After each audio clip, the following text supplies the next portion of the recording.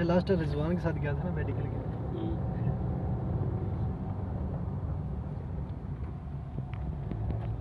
Medical करामा में किया हूँ।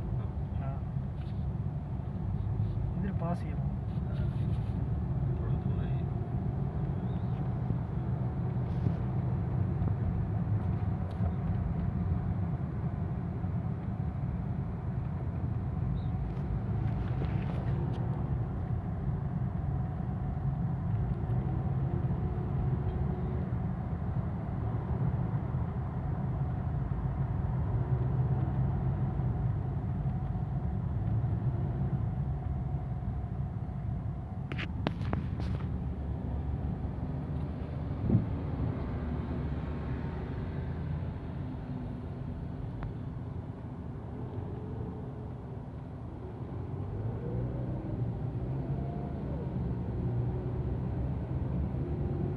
मंडी है ना, रश बहुत है।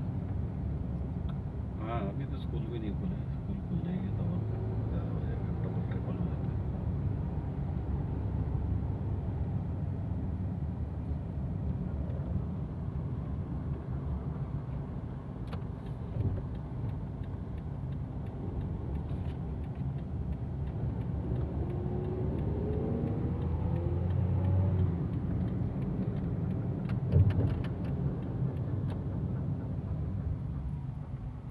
साले उधर से क्यों निकला इधर आया?